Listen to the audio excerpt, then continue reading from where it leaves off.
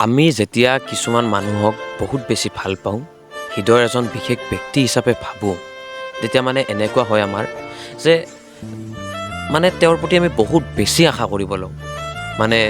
তেওঁ মোৰ প্ৰতিটো মুহূৰ্তত মোক খবৰ লওক, মই কি কৰিছোঁ, কি খাইছোঁ, প্ৰতিটো মুহূৰ্তত তেওঁ মোক মনত পেলোৱাটো বিচাৰোঁ।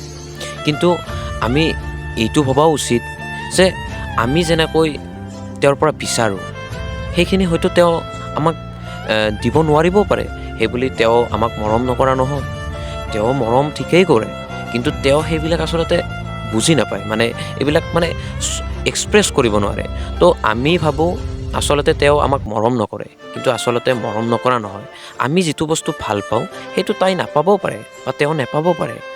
আমি ভাল পোৱাটোৱে যে তেওঁ ভাল পাব তেনেকুৱা কোনো কথা নহয়।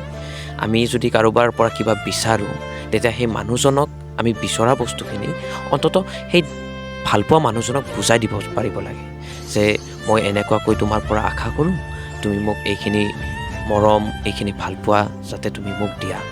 সেইবুলি আমি তেওঁক মনৰ কথাখিনি খুলি ক'ব লাগে, কাৰণ তেওঁ নাজানিবওতো পাৰে ন।